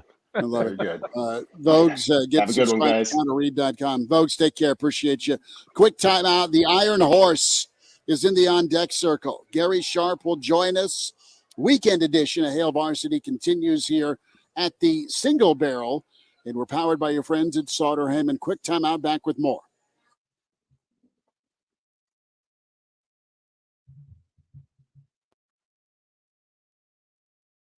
Some days I cover up because of my moderate to severe plaque psoriasis. Now I'm hitting the road with clearer skin thanks to Skyrizi, Risankizumab Riza, a prescription-only 150 milligram injection for adults who are candidates for systemic or phototherapy. With Skyrizi, 3 out of 4 people achieved 90% clearer skin at 4 months. And Skyrizi is just 4 doses a year after 2 starter doses.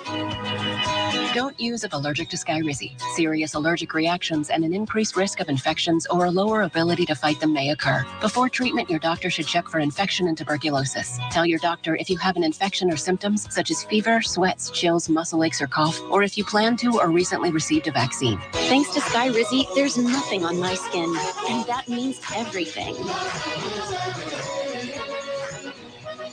Ask your doctor today about Skyrizi, the #1 dermatologist-prescribed biologic in psoriasis, and visit skyrizi.com or call 1-866-SKY-RIZI to learn more.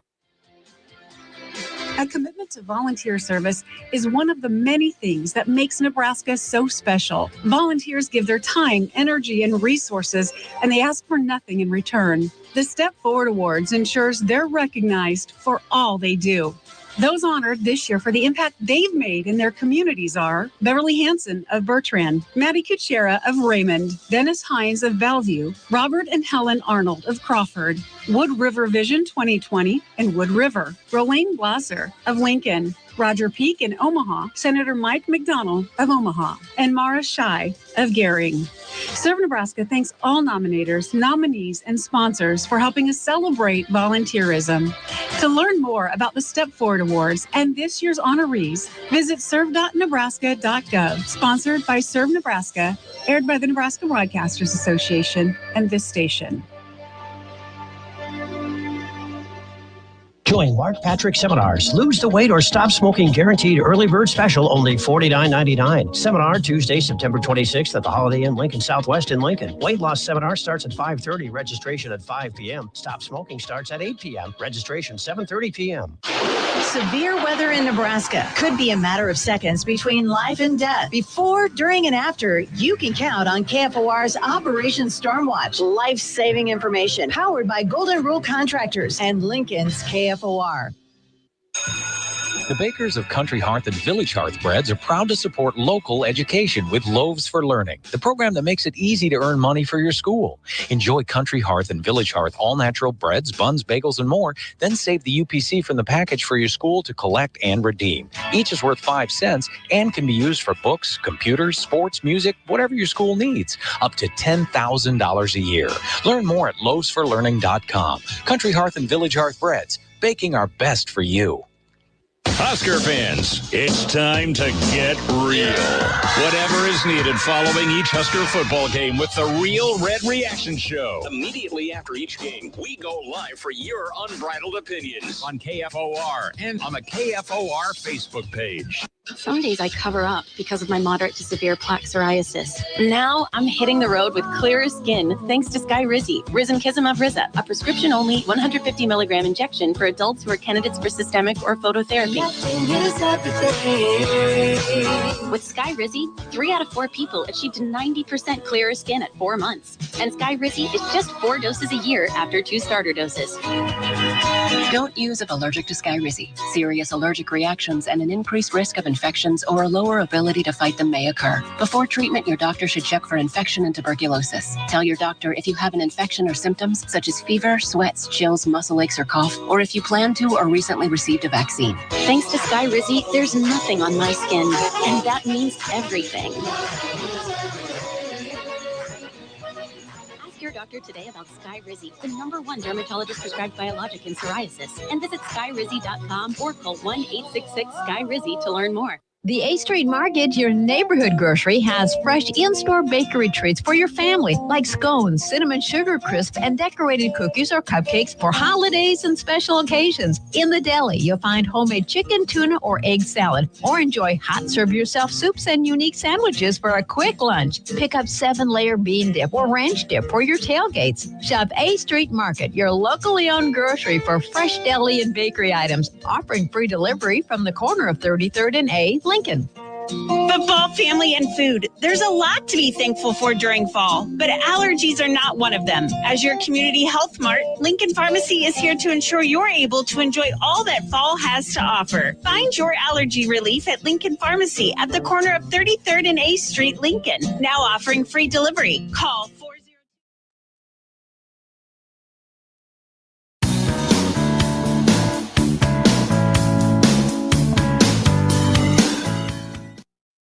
And now, back to Hail Varsity Radio.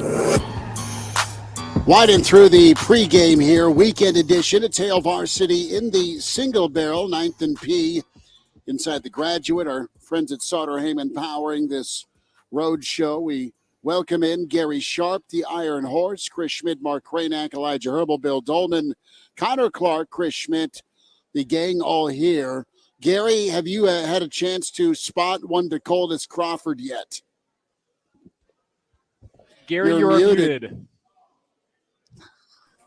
No, I have not. Their specialists are not out on the field. So how is it, man? Let's talk vibe. You've parked. You're at the stadium. The buzz is not quite Michigan, Nebraska. Is it?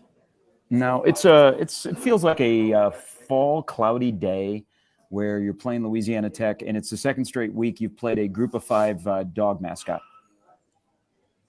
Right.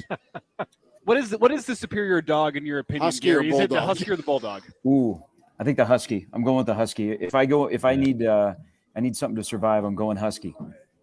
Yeah. I'll say in this climate, though, with the heat and the humidity of the summertime, I think for Nebraska, the Bulldog might be the superior option. But I can get behind Gary here with the Husky in terms of that's a pretty dog. Too much fur. A lot of work, though. Well, but the Bulldogs So is a Bulldog. don't do a lot. They just kind of wheeze. Yeah, and they slobber. Right. And they slobber. And you got to work out their ruffles on their face. Yeah. Could be a pro or con, shorter lifespan as well from a Bulldog. Depending on the dog. Thank you, Michael Vick. Hey, Schmitty, you just asked about the vibe. That's what this vibe is. We're discussing the breakdown of Huskies against Bulldogs. Yeah. And when you say if you need something to survive, are you talking about sacrificing the dog or having it go hunt for you? No, there's a difference. And if that's the question, I'm going Bulldog because of the marbling. You know. Hey guys, when we come back from break, I don't think we can talk about this on the air. The marbling. I can use you with the marbling on a dog. Please never give me that. Bulldogs are kind of fat. You know, I don't know. Anyhow, switching to running backs. Getting back to the vibe, though, Gary, go back to this matchup 25 years ago and compare and contrast the vibe, because this was the Frank Solich debut as Nebraska's head football coach when they took on Louisiana Tech, and it was a little bit different than I think we're experiencing today. Yeah, there was that day was pretty wild. It was warm, I remember, and the thing that people forget is Nebraska was like blew out Louisiana Tech. Like they were up 35-6 at halftime, and all we saw was Rattay and Edwards just play pitch and catch the entire game. That was a wild memory. I remember that day pretty well because of the anticipation of being at Frank's first game. I think about the vibe today. It could be very interesting in how they handle the quarterbacks and how it affects the vibe inside of the stadium. You know, on who the fans get behind or how the team plays. And that would be something that we're all looking forward to. But I said this earlier in the week, if you are trying to stack momentum and stack success, you're a 3-touchdown favorite. You need to play like a 3-touchdown favorite that's playing at home, not a team that, oh my gosh, we got one out of the way and we survived. Let's try and get another one. You need to play like a team that had success last week, not a team that now is starting all over. And so I'm going to be curious to see what kind of a quick start they get off of, because I also think it's important for Nebraska in this game, just like they did last week, is scoring every quarter, guys. It's Gary Sharp with us here, weekend edition of Hail Varsity, getting you geared up for Nebraska-Louisiana Tech. And Gary, what do you make of Jeff Sims? I asked this question to Brandon. I want to get your thoughts on it as well. What do you make of Jeff Sims being available but not 100%? That's why he's not going to start, at least according to Pete Thamel. Because you look back at last week, was he technically available? Yes, because he was suited up. I don't think Jeff Sims was ever going to be getting into that game last week against Northern Illinois. I'm just trying to wrap my head around being available but not starting because you're not 100%. Is that just lip service that you're giving out in order to protect Jeff Sims, or what do you make of that situation as a whole? So don't you guys think it's kind of their policy? I mean, we've been asking now for weeks about Teddy Prohaska, and if he's not 100%, Rule has said he's not going to play guys. And I think when it comes to Sims, if you know what has ailed him and you're going to help him out, the last thing you want is him not to be 100%. And so I think it's real. I think they want him particular to be 100%. You don't want an ankle injury to keep you out more than 1 week if you can massage it where you can get it back to 100%. But I think this is a Rule thing. I think he won't put guys in harm's way to put them out there before they're 100%, because what happens if they get injured again? Then you're starting all over, or you don't get a chance to start at all again. So that's my question. Why is Jeff Sims then available today if he is not 100%? Well, in case you need him, in case you have Harbor go down. I mean, but I do think if there's an opportunity that both will play today. Gary Sharp with us, Hail Varsity Weekend Edition. Go ahead. Is it worse? Is the injury worse than we're being let on? I don't think so. I think it's just the comfort of if his legs are the best thing that he's got going for him right now, I want those 100%. And I think that's what they're looking at. He's available, but in a situation like this, with everything going through the noggin, I got to have him 100% down below to be able to execute like that. But again, I think it's just, this is a Rule thing when it comes to injuries, and especially as frontline guys. Man, I'm not putting you out there if you're not 100%, because it doesn't do us any good, and it doesn't certainly do you any good. And in this case, if he's not 100% and he's favoring it and he can't utilize his best weapon, this place could turn on you pretty quick. I mean, it's already a guy that went from a pretty positive Q rating to 2 weeks later, it's like, oh, okay, on to the next guy. And what's the portal look like next year? Gary Sharp with us, Hail Varsity Weekend Edition. Let's talk running back real quick and the two backups. Right? So we know Quentin Ives and Emmett Johnson are likely to get some carries today if the game hopefully is kind of in hand and you can afford to do that. But I was trying to come up with comps for those guys based on their high school film, because that's about all we have to work with when we look at it. Johnson's more of a glider. He's a top end speed guy. I'm not sure. I can't think of a comp for him that Nebraska's had at that position in recent years. And then same with Quentin Ives. Ives goes, good 6'2", I think it is, 6'1". He's just a taller, bigger, sort of like physically, he's not as thick yet, but like Clinton Childs was similar in that way, right? And Quentin Castile, But what do you expect, like style-wise, from those guys? What they bring from the high school games, which is all we've seen, to the college game? Well, it's, like the Emmett Johnson one, I keep saying this, and maybe I've been too hard on the kid because he has gotten on the field as a special teams guy. He didn't have an offer from Minnesota, and Nebraska was in a transition period where they didn't have a running back coach. They had a staff that was recruiting him that was not going to be here in terms of they had interim guys like Ron Brown was not going to be a full-time guy. And so they offered him. And then he got here, and I know guys last year on that staff were like, I don't know if he's a Big Ten running back. So good on him that he has stuck with it, and he's gotten on the field for special teams, and now he's getting this opportunity.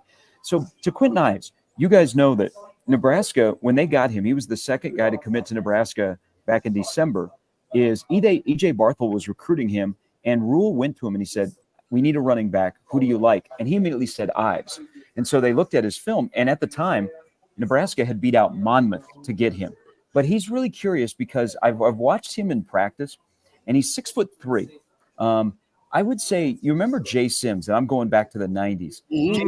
Jay Sims was kind of a sleek, tall running back. We don't see running backs, especially at Nebraska, that tall. He's a tall guy. I really would like to see him play sooner than later to get a beat on him. But here's the thing. Is you're going to have to really hold on with these three running backs that are at the top of the list now because pass pro is an issue. And, you lose Ramir, and Irvin was getting better at that. These guys have struggled in that category. So that just kind of takes it more on we're going to be a power running team, and maybe we're going to only throw when we want to. But I don't know. I'll be curious when those two guys get in, but I really want to see Ives because it's a unique style in terms of how he's built. Real quick, just real quick about Emmett Johnson, though, as a senior, not recruited by Minnesota, you're right, but he was named Mr. Football. He was the AP Offensive Player of the Year. He ran for 2,500 yards, 41 touchdowns, toted it 300 some times. So he did produce. We know that. But interesting note that Minnesota wasn't after him. Yeah, I mean, you can read into it what you want. I would think, if you look at the current staff and how they recruit, maybe an Emmett Johnson is one of those guys that's off the radar that nobody else knows about, and you get in first. Ives was that guy. So Ives is like one of those players that is the first test of really the Rule, way off the radar, but we trust our eyeballs and we trust our evaluation of our assistant coaches. So let's scholarship him when everybody else is going, what are you guys doing? So that's, again, another layer of why I want to see him get on the field and see what he can do today. Because you think about it, we don't know if Ramiro will ever play football again. Irvin can come back. And then they really like Kawan Lacey in the class of 24 of a guy that can be a three-down back. Gary Sharp is with us on Hail Varsity Radio Weekend Edition. I want to go over the defense here real quick. And yesterday we were going through wants and needs, and I said this defense for me needs to have at least 2 turnovers. Your thoughts on that and how they can get into that turnover margin? Well, I know that's everywhere. We all talk about that, Connor. I mean, that's we all of us have talked blue in the face about Nebraska get more turnovers. We've been doing that for a while, and we know that Nebraska is more likely to give it away than take it away here, and that's important in this game. And I think there's an opportunity to get yourself on the plus category. When you're in the winning the turnover margin. Here's my biggest thing today. So I like this defense is in a good spot, but I think this defense now, we all know that they can get better, and guys like playing in this defense. I think 2 important things today, especially against this Louisiana Tech offense. I think Nebraska's sack numbers are going to be good today. I think we're looking at 5-6. And remember, they're going to have a backup quarterback as well starting for them. But I also think here's the next thing. As Nebraska makes the next phase with defense in getting ready for the Big Ten, not just Michigan, but the Big Ten slate after today, is can they get off the field on 3rd and long? They were able to do that. They were able to win 1st and 2nd down and put Northern Illinois in 3rd and long, and then they were able to win 3rd down. The games where they've struggled, Minnesota and Colorado, especially in that second half, both of those teams have converted 3rd and long. So if they get in those situations today, I want to continue to see a stack of what they did last week, and that is get off the field. And if that's the case, then you just got a little mojo, and you got a little more confidence in another layer of this defense that is going to get better as the season goes along. That's one area today. I don't really expect a lot of the offense, guys. That's one area today. Nebraska defensively can't take a step back. They're in a good spot, and they're starting to build, and they're starting to stack. And so they need another one of those days where they just really handcuff this Louisiana Tech offense.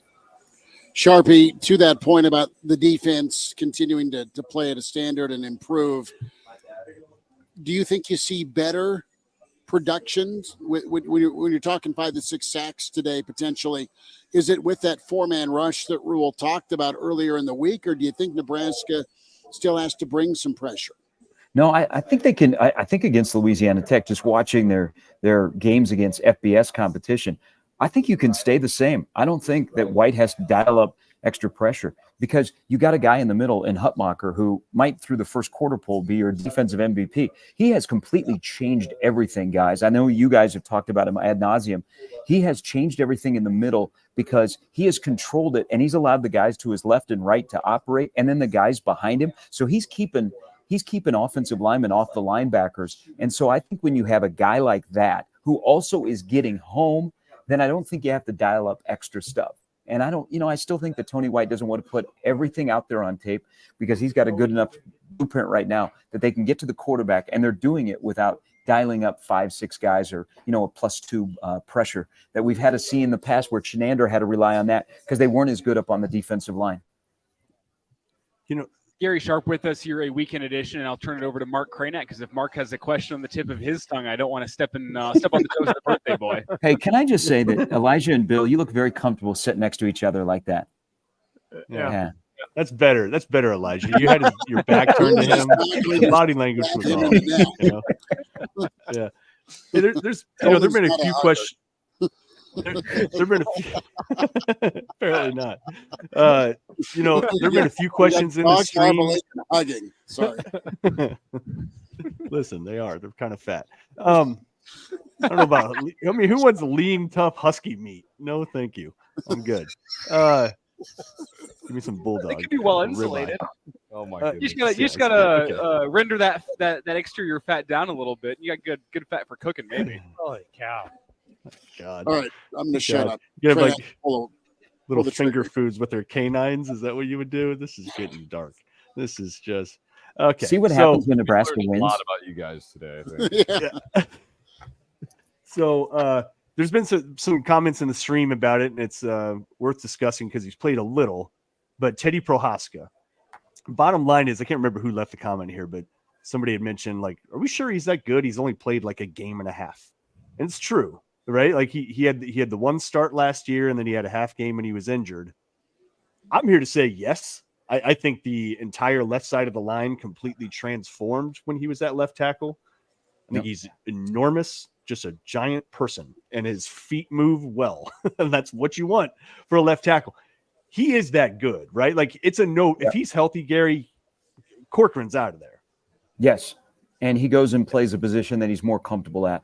I don't know. It's an interesting situation because it's almost like Rule has 2 guys, and one of them has, again, back to our previous discussion about injuries, one has to be 100% before you put him out there because he wasn't 100% last year, and that put him in a bad spot. He should never come back as early as he did last year, but there was so much urgency that you got to get Teddy on the field. It didn't lead to his injury, but you didn't get the full Teddy. So he's, I think, close to 100%, but I want to see him use more than just being an unbalanced line guy.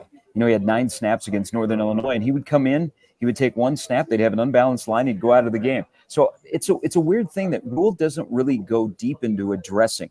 There's no you're in the doghouse or anything. I just think he wants him to be 100% so that he can get his first look at him, because Rule has not seen him play since he's been here. He just hasn't. Teddy was hurt before Rule took over, and he hasn't seen him, and it's been Corcoran out there. But at some point, you gotta take off the lab coat and let him go out there and play. And hopefully it is today. It's a weird conversation when Rule gets into a conversation about Teddy or Anthony Grant. It's Gary Sharp with us here, a pregame edition of Hail Varsity Radio. And Gary, if we're talking about the offensive line, I think we'd be remiss. Maybe we haven't spent enough time on it this morning. An extension of the offensive line is both the tight ends and the fullbacks. And a lot of Husker fans this week have talked about, well, if we're short on fullbacks, we want to see, or short on running backs, I should say, we want to see more fullbacks. What do you think we see from the fullbacks today? Are they going to be more featured in the offense, or is it going to be more of the same? Well, let me ask you this, Elijah, like featured in the offense, like being utilized, like are on the field or actually getting a carry, because they used quite a few fullbacks last week. Liebentritt played a lot last week. I don't know if that means they'll get another carry. I just think what we're going to see is we're going to see more quarterback carries. And Big Brian from Boulder. These Snitleys have delivered shots. Oh, Lordy. Okay, they're getting served smells like fireballs, meat or drinks over there. Chris and Elijah. Apple juice. The rest of us are not. I'll take one right quarterback. now. Let's go back there. Guidelines are on this. Somebody get me an Uber. Oh my goodness. Cheers, we do a fellas. show. What are we doing here? This is great. Apple juice. Happy birthday, Kranak. Happy birthday, Kranak. Thanks, everybody. Appreciate it. Everybody listening right now. Yeah, everybody's getting hammered. Okay, here we go. So the What was apple juice? the quarterback position with Harvard. Gary, he ran it well last time, and I think that was expected. He passed it probably better. Here's the thing maybe he didn't get enough credit for, though, is just having, the off-script play. Yep. Where he ran towards the sidelines, found Fedoni. Fedoni made a good catch. What did you make of that, of Heinrich being sort of having that ability, first of all, and then second of all, just having enough comfort to just go ahead and do that rather than being kind of overcome by the moment? He looked like he was just kind of playing ball. Yeah, and I think that's good and bad. I think there were times where they designed pretty good pass routes to get a guy open, and he didn't pull the trigger. And that comes with, that was your first start. That was your first extended action. That's like today, you want to see him make the next jump to being a quarterback instead of just a physical quarterback that runs the ball a lot and runs over people. I want to see him when he sees a guy to open, he's got to throw him. And there were times in the passing game where he just didn't feel comfortable throwing the ball, and they had guys open. They did a really good job of helping him out last week and designing routes to get guys open. And I think there were times where Harvard held on to the ball, and when he saw it, and Sims has done this too, he doesn't throw it right away. And so they've worked with him this week in that of when you see something, do it. Don't think about it and pause, because then the window closes. So I want to see him be a quarterback today. I want to see him throw the football.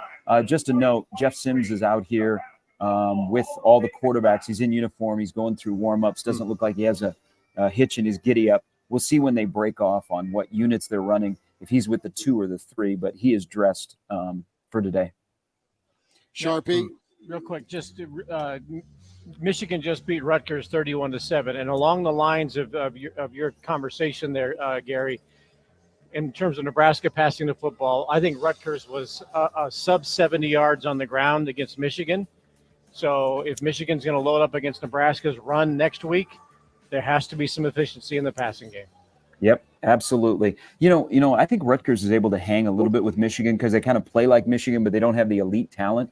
They run the ball, they try and squeeze the clock, and then they try and get it, take a big swing in the fourth quarter. But yeah, I mean, this is going to be a thing where that offensive line needs a big day today, and they should have the ability. I mean, this is a Louisiana Tech team that doesn't stop the run very well, but they've got to show us something, because if not, next week's going to be, you're going to be not only one-handed, you're going to have both hands essentially tied behind your back. And then how are you going to survive a 16-minute football game on offense? Sharpie, we'll see you shortly. Thank you so much. Happy birthday, Kranak. There he is. Kranak, we'll talk to you next Saturday. Gifts all year. Thanks to Connor Clark, Elijah Herbal, Bill Dolman, Chris Schmidt here from the Single Barrel Roadshow Saturday, weekend edition powered by our friends at Sauter Heyman. We'll talk to you. Real Red Reaction follows immediately. Nebraska-Louisiana Tech. Have a good one.